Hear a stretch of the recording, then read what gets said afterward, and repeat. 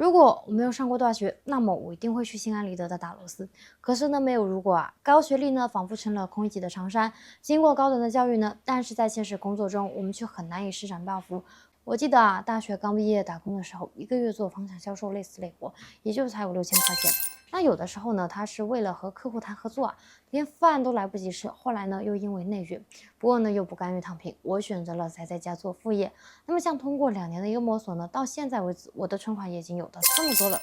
像这个在家的副业呢，它平均下来就是月入2万的一个工作了。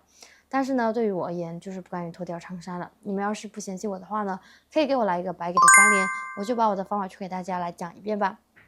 其实呢，像我的话呢，就是简单的去做了几个搬运视频的账号。今年的话呢，我是坚持有7个月的时间，账号也是一共卖出去有800多件商品的。除掉了一些成本呢，我刚才也是大概的去算了一下，折合成人民币它是在27万左右的。可能哈，对于一些年入100万的大佬来说，并不算太多吧。但是呢，全款买个小汽车，它还是可以解决的。那么我这边也就废话不多说了，直接给到大家上干货吧。那么首先第一步呢，我们需要去准备一台 iOS 系统的手机，然后呢再去注册一个自己的 TikTok 账号，也就是海外版抖音的账号。那么具体的注册条件呢，大家可以参考这一张图片的。那么账号注册好之后呢，我们就可以进行第2步的一个操作了。那么我们只需要去打开国内的这个短视平台，搜索好物分享的视频，然后找到那种点赞、播放量它都比较高的视频。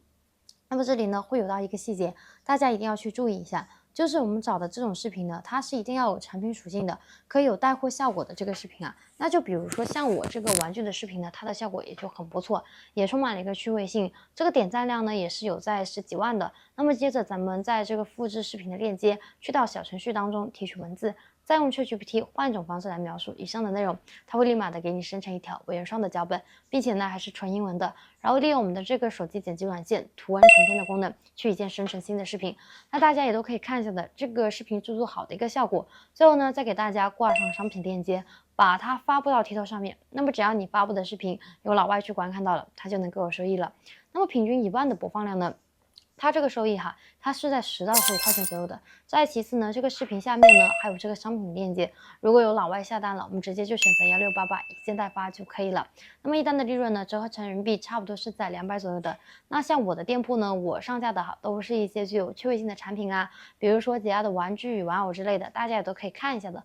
光靠玩偶这个产品哈，我这里就出到200多单了，也是已经有到2万多的收益了。方法我是已经无偿的分享给到大家了，能不能做得好就看大家的一个执行能力啦。如果说哈，咱们看完了之后还有不懂的朋友呢，可以3连加关注，然后在视频下方留言一个6，我呢也可以给到大家发一个自己整理好的TikTok 运营指南给到大家。